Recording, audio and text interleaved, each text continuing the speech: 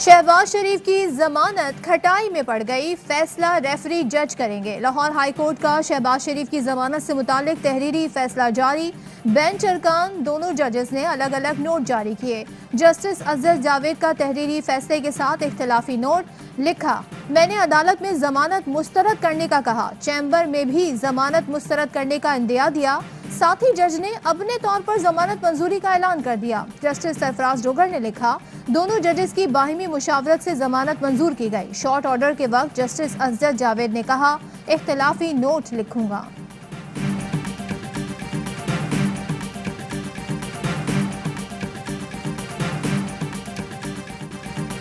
جہانگیر ترین کا banking court کے باہر پاور شو، ارکان اسمبلی کی بارات لے کر پیشی پر آئے، پھولوں کے پتیاں نچھاور، نعرے بازی بھی ہوئی۔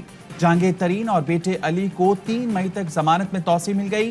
جہانگیر ترین نے کہا، میرے خلاف درج 3 FIRs میں شوگر مافیا اور شوگر کارٹل کا الزام نہیں، جھوٹی کہانی بنا کر نیک نامی پر دھبا لگایا جا رہا ہے۔ 1 سال سے زائد ہو گیا، PM ہاؤس نہیں گیا، نہیں جانتا میرے خلاف کون سازش کر رہا ہے، مگر جو بھی ہے سامنے آ جائے گا۔ کارپوریٹ سیکٹر میں FIR درج کرنا FIA کا کام ہی نہیں، اقدام چیلنج کروں گا۔ راجہ ریاض نے کہا، جہانگیر ترین سے ناانصافی ہو رہی ہے، انصاف نہ ملا تو فیصلہ کرنے پر مجبور ہوں گے۔ عدالتی پاور شو کے بعد ترین کی رہائش گاہ پر ہم خیال ارکان کی بیٹھک، استعفوں سمیت مختلف آپشنز پر غور۔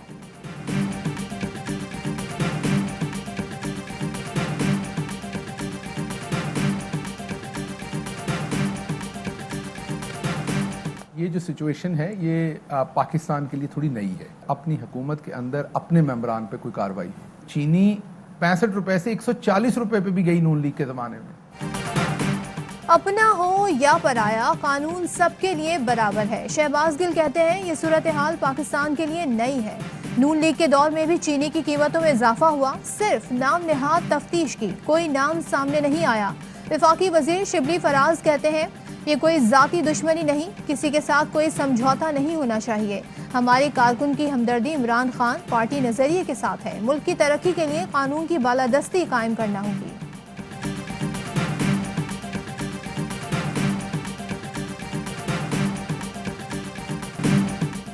حکومت کا رانا ثناءاللہ کے خلاف بھی دہشت گردی کا مقدمہ درج کرانے کا اعلان۔ فواد چودھری کا کہنا ہے، رانا ثناءاللہ نے گزشتہ روز چیف سیکرٹری پنجاب اور کمشنر اور دیگر افسران کو دھمکیاں دیں، شدت پسندوں والی زبان استعمال کی، انہیں کبھی کبھی بانی MPM بننے کا شوق اٹھتا ہے، افسران کو دھمکیاں دینے دیں گے، نہ سرکاری زمینوں پر قبضہ، جاتی عمرہ کی زمین بے نامی بوڑھی عورت کے نام منتقل کی گئی، قانونی راستہ اختیار کیا جائے گا۔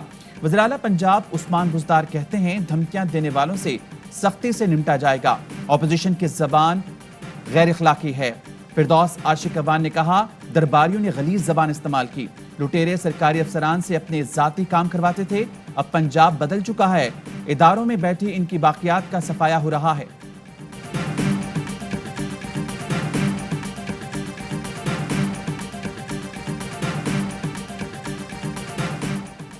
عمران خان 2014 سے عدالت سے مفرور ہیں، پرچہ موجود ہے لیکن گرفتاری تاحال نہیں ہوئی۔ فواد چودھری، رانا ثنا سے پہلے مفرور عمران خان کو دہشت گردی کی عدالت چھوڑ دیں۔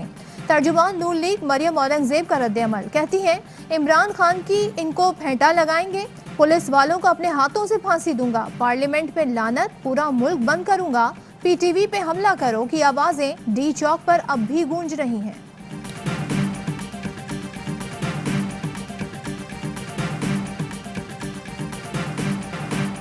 وزیراعظم عمران خان کا مغربی حکومتوں سے مطالبہ، توہین رسالت کو غیر قانونی قرار دیا جائے، پیغمبر اسلام کی شان میں گستاخی ہرگز برداشت نہیں کریں گے۔ وزیراعظم کا اپنے ٹویٹ میں اقوام عالم کو پیغام، بولے آزاد اظہار کے لبادے میں مغربی شدت پسند نفرت پھیلاتے ہیں، شان اقدس میں گستاخی کر کے جان بوجھ کر مسلمانوں کو تکلیف پہنچائی جاتی ہے۔ مغربی حکومتیں اس میں ملوث عناصر کی سرکوبی کے لیے اسے غیر قانونی قرار دیں۔ کہا، مغربی شدت پسندوں میں اتنی بھی اخلاقی جرت نہیں کہ وہ مسلمانوں سے معافی مانگ سکیں۔ وزیراعظم نے واضح کیا کہ تحریک لبیک پاکستان کے خلاف انسداد دہشت گردی قانون کے تحت کارروائی کی گئی، کوئی بھی آئین اور قانون سے بالاتر نہیں ہو سکتا۔